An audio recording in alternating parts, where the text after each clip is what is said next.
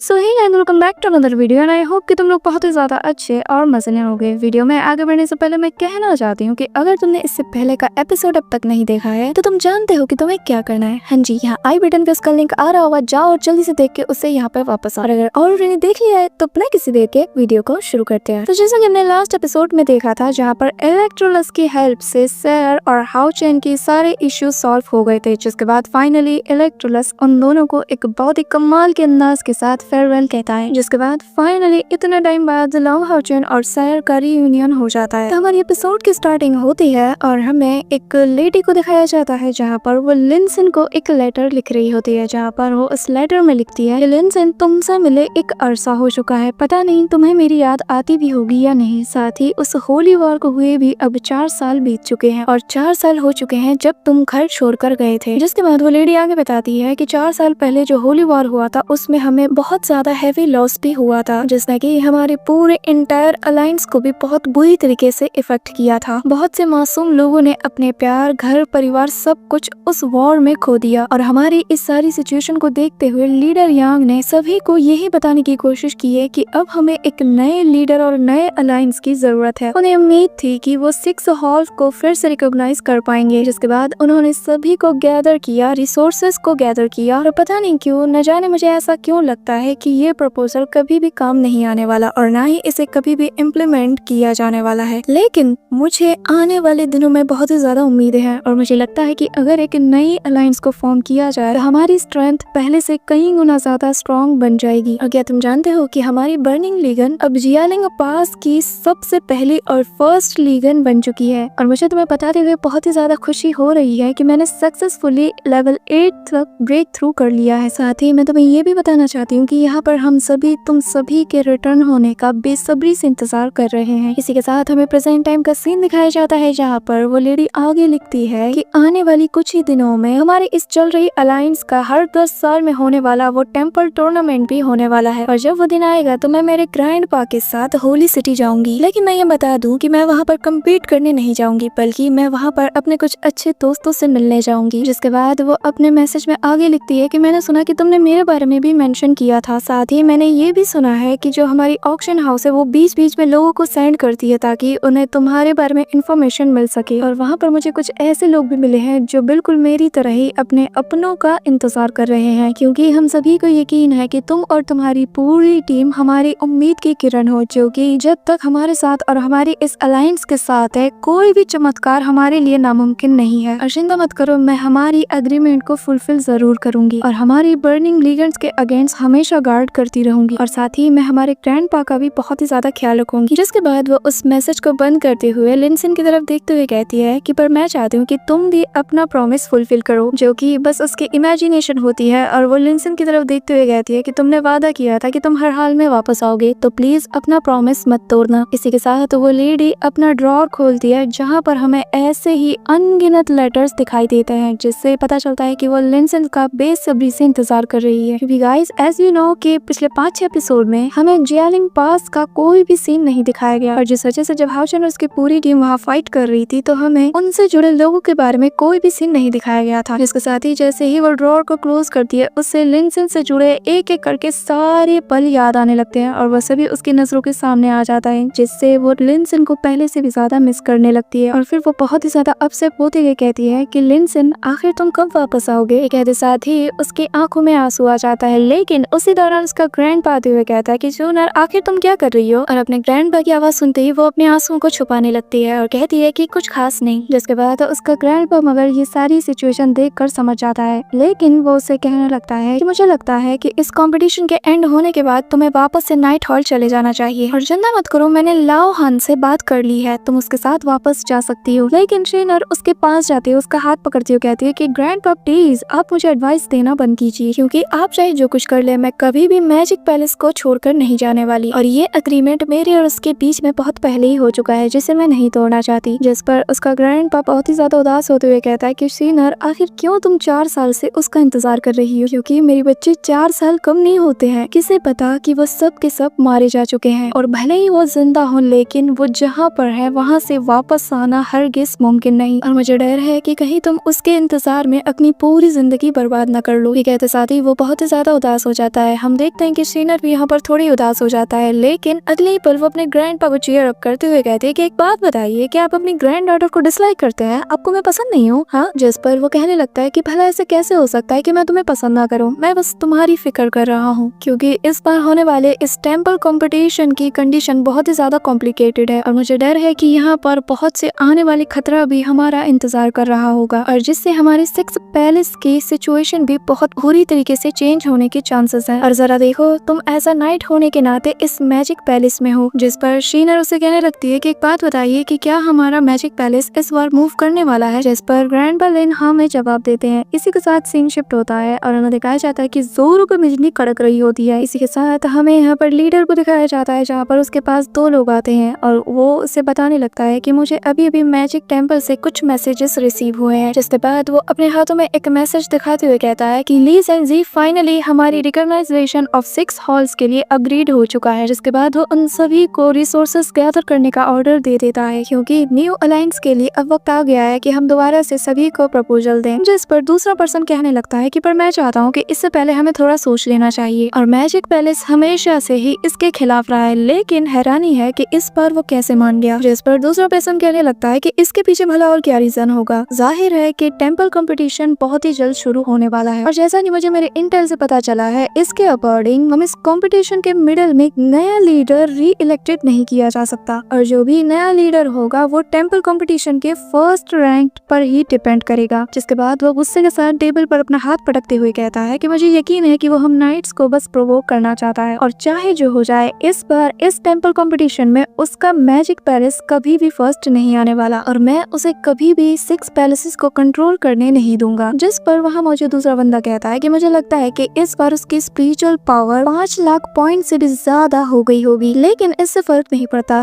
तभी हम देखते हैं कि दूसरा बंदा हैरानी के साथ कहता है कि क्या इसका मतलब ये है कि वो 9th लेवल पे ब्रेक थ्रू कर चुका है और 5th ग्रेड भी। जिस पर हम देखते हैं कि वहाँ मौजूद वो एल्डर हाँ में जवाब देता है और बताता है कि जैसे ही स्पिरिचुअल एनर्जी 1 लाख तक पहुँच जाती है तुम 9th लेवल पर पहुँच जाओगे, लेकिन यहाँ पर 9th लेवल के भी 10 लेवल्स होते हैं और जैसे ही हर बार 1 लाख स्पिरिचुअल पॉइंट्स इंक्रीज होगा तो तुम न्यू रैंक और न्यू लेवल पर प्रमोटेड कर दिए जाओगे। और मुझे डर है कि ली ज़ेंजी अब पहले से कई गुना ज्यादा ताकतवर बन चुका है और without the blessing of throne of God मुझे डर है कि हम उसे शायद कभी भी नहीं हरा सकते। जिस पर स्टार प्लेस मास्टर कहने लगता है कि चाहे जो हो जाए, वो ओल्ड मैन फिर भी मुझे नहीं हरा सकता और चाहे उसे हराने के लिए मुझे अपनी पूरी जिंदगी दांव पर ही क्यों ना लगाना पड़े, मैं उससे किसी भी कीमत में कामयाब नहीं होने दूंगा। जिस पर लीडर कहता है कि जरूरी नहीं कि सिर्फ वही हमारे लिए एक थ्रेट हो, उसकी जो बैकअप फोर्स है जो कि मैजिक पैलेस से आती है वो भी किसी थ्रेट से कम नहीं, क्योंकि 4 साल पहले जो होली वॉर हुआ था उससे पूरी इंटायर अलायंस को हैवी लॉसेस हुआ था। साथ ही हमारे healing hall, warrior hall, even कि हमारी सोल पैलेस सिटी को भी हैवी कैजुअलिटीज का सामना करना पड़ा था। यहाँ तक कि हमारे नाइट हॉल के सबसे आउटस्टैंडिंग नाइट्स भी इस बैटल में बुरी तरीके से हार गए थे, लेकिन सिवाय मैजिक पैलेस के अनफॉर्चुनेटली मैं किसी तरीके से बस अपनी जान बचा पाया और आज जो भी हो रहा है शायद वो सब मेरी ही गलती की वजह से है। जिस पर दूसरा एल्डर कहने लगता है कि तो फिर तो ये हमारे लिए बहुत ही अच्छा मौका है, हमें उसे और उसके टीम को दोबारा से रिग्रुप नहीं होने देना है। जिस पर दूसरा एल्डर कहता है कि अगर वो लोग इस वक्त जिंदा हो तो ना। जिस पर हम देखते हैं कि इस एल्डर को बहुत ही ज्यादा गुस्सा आ जाता है, लेकिन तभी वहाँ पर एक वॉइस उन सभी को सुनाई देती है जो कि कहती है कि आखिर कौन मेरे ग्रैंडफादर को परेशान करना चाहता है। अब भाई फिर हम देखते हैं कि वहाँ पर 2 लोग एंट्री मारते हैं, जिन्हें देखकर इन सब की सिट्टी बिट्टी गुल हो जाती है और हम देखते हैं कि यहाँ पर हानियो और यांग वेंजाओ आ चुके हैं। इसी के साथ सीन शिफ्ट होता है और हमें दिखाया जाता है कि वहाँ पर बहुत से लोग आपस में बात कर रहे होते हैं, जिनमें से एक कहने लगता है कि चाहे जो हो जाए, जब तक हम इस टेम्पल कंपटीशन को विन करते हैं ना, हम इस लीडरशिप के कंपटीशन में हमारे मैजिक पैलेस को बहुत ही अच्छे से लीड कर सकते हैं। जिसके बाद जैसे ही न्यू अलायंस स्टैब्लिश होगी ना, पावर कंट्रोल हमारे ही हाथों में आ जाएगा। जिस पर सीनियर एल्डर कहने लगता है कि जो वॉरियर हॉल है वो हमारी एक इम्पोर्टेंट पोजीशन में अपना रोल प्ले करेगा। जिसके बाद वो वहाँ मौजूद सभी लोगों से रिसोर्सेज को गैदर करने का ऑर्डर देता है। जिस पर हम देखते हैं कि ग्रैंडपा बहुत ही ज्यादा गुस्सा होते हुए कहता है कि मैं इस प्रपोजल को बिल्कुल भी एक्सेप्ट नहीं करना चाहता, क्योंकि जो 6 हॉल से वो सभी के सभी एक फैमिली की तरह हैं, तो भला हम इसके लिए उससे फाइट या उसके लिए इससे फाइट क्यों करें। हम देखते हैं कि उसकी ये सारी बात सुनकर वहाँ मौजूद एक शख्स उठकर खड़ा हो जाता है, कहने लगता है कि हाँ, इन्होंने बिल्कुल सही कहा, आखिर हम ऐसा क्यों करें, हमें तो यूनाइट होकर रहना चाहिए और हमें तो डीमंस के अगेंस्ट फाइट करना चाहिए, तो फिर भला हम आपस में ही फाइट क्यों कर रहे हैं, क्योंकि ये हॉल बने ही इस इसलिए थे ताकि हम डीमंस के अगेंस्ट और हमारे दुश्मनों के अगेंस्ट फाइट कर सके। तो भला अब हमें एक दूसरे से फाइट क्यों करना पड़ रहा है? जिस पर वहाँ मौजूद एल्डर कहने लगता है कि तुम सभी लोग शांत हो जाओ, हमें मैजिक टेम्पल इनवाइट कर सकता है। बिल्कुल वैसे ही हम भी दूसरे अदर टेम्पल्स को भी इनवाइट कर सकते हैं, और अगर हमने इसे रिफ्यूज किया तो अदर कोई दूसरा टेम्पल हमारे बदले से एक्सेप्ट कर लेगा, क्योंकि हमारा जो वॉरियर हॉल है हम उस पर डिपेंड कर सकते हैं, और इसलिए मेरे पास ऐसा कोई रीजन नहीं है कि मैं इस प्रपोजल को एक्सेप्ट ना करूं। ये सुनकर वहाँ मौजूद सभी लोग ठंडे पड़ जाते हैं, जिसके बाद वो लीडर कहने लगता है कि ठीक है फिर तो ये तय रहा। लेकिन तभी वहाँ पर बिजली की स्पीड से वैंग युआन आ जाती है, जो देखकर वो लीडर बहुत ज्यादा चौंक जाता है और कहने लगता है कि आखिर किसकी इतनी हिम्मत हुई कि वो हमारे वॉरियर हॉल की चल रही मीटिंग में घुसपैठ कर ले। और हम देखते हैं कि सेकंड्स में वो एल्डर सीधा जाकर उस पर अटैक करने लगता है, लेकिन वैंग युआन स्टाइल के साथ उसका हाथ पकड़ते हुए कहती है कि बहुत दिन हो गए आपसे नहीं मिली लॉर्ड कीवी। इसी के साथ एक और बार सीन शिफ्ट होता है और हमें सोल हॉल का सीन दिखाया जाता है, जहाँ पर एक लड़की को फिर से मैजिक पैलेस का लेटर मिला हुआ होता है, जहाँ पर वो उसे रीड करते हुए कहती है कि आखिर यहाँ पर ये सब चल क्या रहा है और हम तो हमेशा से न्यूट्रल रहे हैं, तो फिर इन सब की क्या जरूरत। जिस पर वहाँ मौजूद दूसरा पर्सन कहने लगता है कि पर जी सेंग जी ने ये लेटर सेंड किया है, मैं उम्मीद करता हूँ कि हमें इसमें पार्ट लेना ना पड़े और हमेशा जैसे हम न्यूट्रल रहते आए हैं वैसे ही रहे। पर देखने से लगता है कि उसने पहले से ही हीलिंग हॉल और वॉरियर हॉल को कन्विंस कर लिया है, और इस अलायंस का जो न्यू लीडर होने वाला है वो पहले से ही बहुत ही ज्यादा डिटरमाइंड है। जिस पर वो लेडी उस लेटर को क्रैश करते हुए कहती है कि अनफॉर्चुनेटली मुझे इस न्यू अलायंस से कोई भी उम्मीद नहीं है। जिस पर दूसरा पर्सन कहता है कि पर जो सिचुएशन चल रही है ना, हम इसमें इंटरफेयर नहीं कर सकते। इसी दौरान हम देखते हैं कि वहाँ मौजूद वो स्केयर ट्री दोबारा से ग्लो करना शुरू कर देता है, जो देखकर फर्स्ट पर्सन कहने लगता है कि तुमने देखा इतने टाइम बाद आखिरकार ये स्केयर ट्री दोबारा से अपीयर हो गया। जिसके बाद हम देखते हैं कि वहाँ मौजूद वादियों में फूल खिलना शुरू हो जाते हैं और तुम समझ ही गए हो कि कौन आने वाला है। और फिर हमें दिखाया जाता है कि वहाँ पर चेरी भी आ जाती है और उसके ग्रैंड पेरेंट्स उसे देखकर बहुत ही ज्यादा खुश हो जाते हैं, और चेरी उन लोगों से कहती है कि ग्रैंड पेरेंट्स आपको पता है मैंने आपको बहुत मिस किया। इसी के साथ दोबारा से सीन शिफ्ट होता है और हमें दिखाया जाता है कि एक बंदा वहाँ पे कह रहा होता है कि गुआन जो कि होली मून पैलेस का मास्टर है, इसमें कोई दो राय नहीं कि नाइट हॉल अब पूरी तरीके से चरमरा चुका है, लेकिन आने वाले टेम्पल टूर्नामेंट में हम असासिन हॉल अपनी पूरी ताकत के साथ नाइट हॉल को ही सपोर्ट करेंगे। जिस पर पास खड़ा दूसरा बंदा कहता है कि जो भी मिस्टर शू ने कहा है वो एक सेंस बनाती है, क्योंकि हम चाहे जितने भी कमजोर हो, लेकिन मैजिक पैलेस बीते कुछ सालों में बहुत ही रैपिडली अपनी पावर को इंक्रीज करता जा रहा है और हम उन्हें खुद से आगे तो बढ़ने नहीं दे सकते। लेकिन मुझे ये भी लगता है कि जो नाइट्स है वो अपने टाइटल को इस बार डिफेंड नहीं कर पाएंगे। जिस पर वहाँ मौजूद एक और पर्सन कहने लगता है कि जरा बताना कि आखिर असासिन हॉल और नाइट हॉल कब से और कितने सालों से एक दूसरे के साथ एलाइड है। यहाँ पर इस ओल्ड मैन को बहुत ही ज्यादा गुस्सा आता है और फिर कहने लगता है कि चाहे जो हो जाए हमें हमारे एलाइज को अबेंडन नहीं करना चाहिए। ये कहते साथ ही वो सामने खड़े बंदे पर अटैक कर देता है और वहाँ मौजूद दूसरा बंदा कहता है कि होली पैलेस के मास्टर, क्या आपको पता नहीं कि अपने सबॉर्डिनेट्स पर अटैक नहीं करना चाहिए, आपको समझना होगा कि हमारे हॉल के लिए क्या बेहतर है। ये कहते साथ ही वो उस पर एक स्लैश अटैक कर देता है। इसी दौरान वहाँ पर एक वॉइस आती है और वो उन सभी से कहती है कि क्या तुम लोगों को बस स्ट्रेंथ से ही मतलब है। और उस आवाज और उस पर्सन को देखने के बाद वो एल्डर वहाँ पे कहता है कि आखिर तुम कौन हो। ये देखकर वहाँ दूसरा बंदा भी कहता है कि हाँ ये हमारा इंटरनल मैटर है और आखिर तुम होती कौन हो। जिस पर हम देखते हैं कि वो पर्सन उसका स्लैश अटैक करते हुए कहती है कि मैं वो हूँ जिसने अभी अभी तुम्हारी वॉइस को तुमसे छीन ली। यहाँ पर सैर को ऐसे आता हुआ देखकर वो एल्डर बहुत ही ज्यादा शॉक्ड हो जाता है। इसी के साथ सीन शिफ्ट होता है और हमें जी जेंग जी को दिखाया जाता है, जहाँ पर वो पूछता है कि बताओ सारी तैयारी हो गई ना। जिस पर उसका बटलर बताता है कि जैसा कि हमारे लॉर्ड ने फरमाया था हमने सब कुछ वैसा ही प्रिपेयर कर लिया है, बाकी के हॉल्स तो अग्रीड कर चुके हैं, लेकिन सोल हॉल ही सिर्फ एक ऐसा है जो कि न्यूट्रल रहना चाहता है। जिस पर वो कहता है कि ठीक है इसमें कोई प्रॉब्लम नहीं, क्योंकि मैं खुद हमेशा से एक न्यू अलायंस को फॉर्म करने के खिलाफ रहा हूँ, और वो इसलिए क्योंकि हमारे मैजिक पैलेस के पास कोई भी डोमिनेटिंग पावर नहीं है। लेकिन इस बार का टेम्पल कंपटीशन बहुत ही ज्यादा डिफरेंट है और मैं इस बार पूरी तरीके से डिटरमाइंड हूँ कि मैं ही जीतूंगा, क्योंकि जो नाइट हॉल है वो पूरी तरीके से चरमरा चुकी है और मुझे यकीन है कि अगर मेरे हाथों में कमान आ गई ना तो हम पहले से ज्यादा ताकतवर बन जाएंगे और मैं हमारी इस अलाइन को नई ऊंचाइयों तक ले जाऊंगा। जिसके साथ ही वो अपनी पावर की ऑरा को रिलीज करते हुए कहता है कि मैं एक बार इंचार्ज में आ गया ना तो मैं उन डीमन से हमारी सारी की सारी टेरिटरीज को भी वापस ले लूंगा। हम देखते हैं कि उसके पावर की ऑरा बाहर भी सभी को फील होती है। जिसके बाद वो खड़ा होते हुए कहता है कि मुझे उम्मीद है कि यहाँ मौजूद सभी लोग मुझसे अग्री करेंगे, तो चलो अब टाइम आ चुका है। एंड गाइस फाइनली इसी के साथ वो दिन भी आ जाता है जिस दिन ये टेम्पल कंपटीशन होने वाला था। हम देखते हैं कि चारों तरफ लोग बहुत ही ज्यादा एक्साइटेड होते हैं। वो लोग बात कर रहे होते हैं कि 10 सालों बाद ये कंपटीशन होता है और हम सारे मेन 6 हॉल्स को भी अपनी आंखों के सामने देख सकते हैं। और सुनने में आया है कि इस साल मैजिक पैलेस पर्टिकुलरली सबसे ज्यादा स्ट्रॉन्ग है। यहाँ पर हमें शूनियर को भी दिखाया जाता है जहाँ पर उसे ऐसा लगता है कि उसके पीछे कोई है, पर तभी वो आगे मुड़ जाती है और हमें यहाँ पर 3 पर्सन को दिखाया जाता है। तुम जानते होंगे ये लोग कौन है। जिसके बाद उनमें से मेन बंदा कहता है कि चलो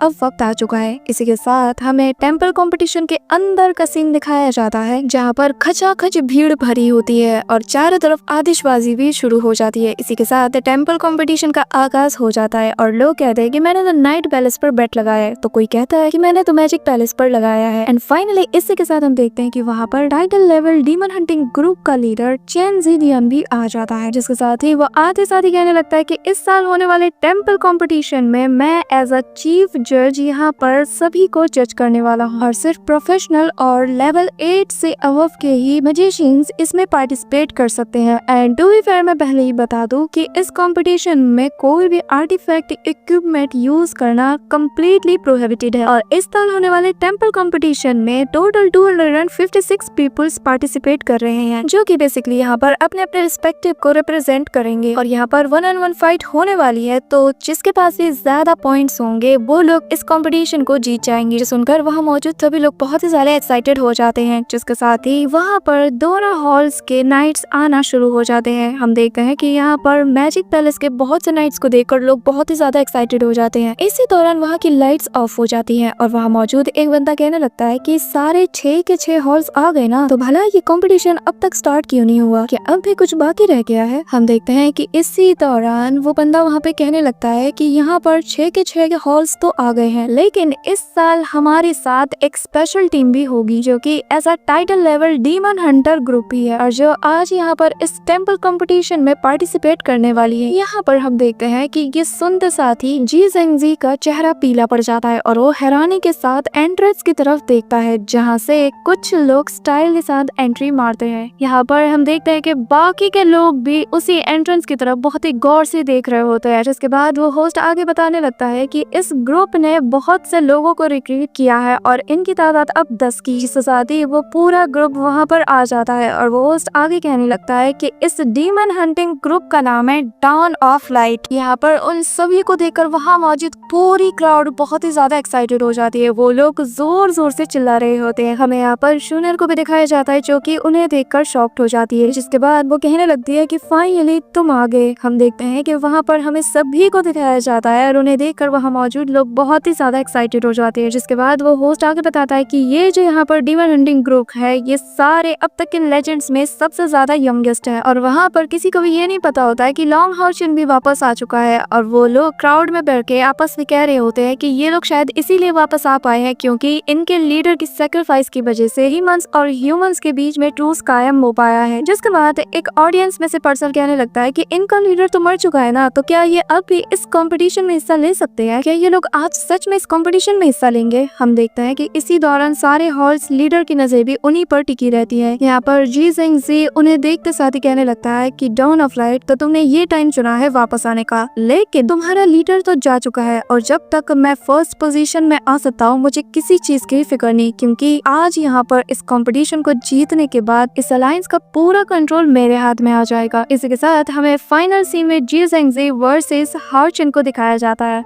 so that's it for today guys. I hope कि तुम सबको आज की वीडियो बहुत ही ज्यादा पसंद आई होगी। अगर हाँ तो वीडियो को लाइक करना, चैनल पे नए हो तो सब्सक्राइब करना। तो मिलते हैं नेक्स्ट वीडियो में, तब तक के लिए बाय।